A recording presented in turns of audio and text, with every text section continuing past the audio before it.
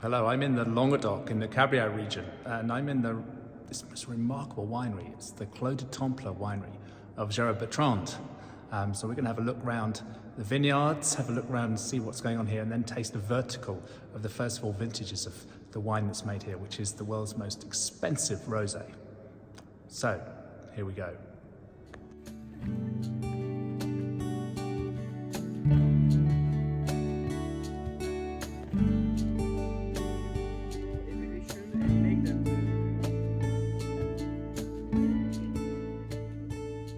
The form of the vine, you know, with this goblet, it's the work of every year's pruning, is you know, the sustainability of the vine, because if you don't prune good, the vine can be killed, and that's why if you have to respect the sap flow, for example, in your pruning, and also you determine the yield, okay?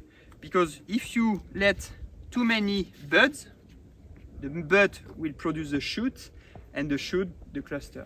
So if you let too many buds, you have too yield.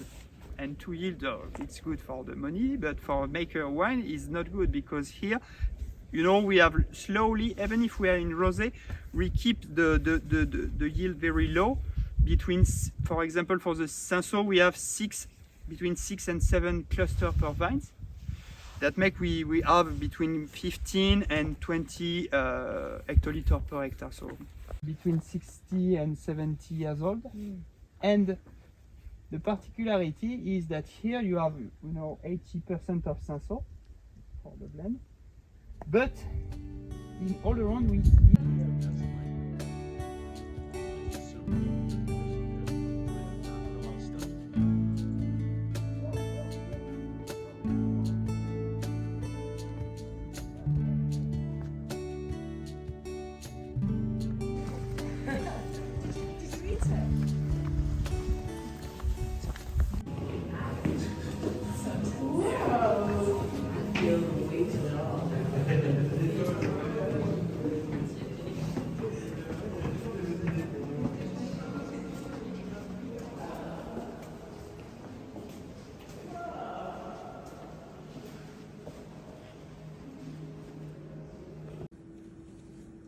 So then after the clarification part, when the fermentation is starting, we take out the wine and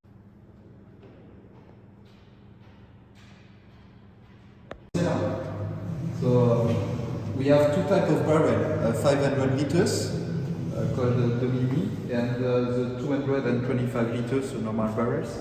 So we will see it's much better to aging Grenache and Cinsault in the big one.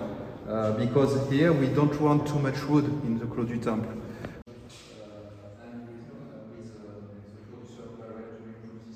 It's really important because the wine is something in life, no?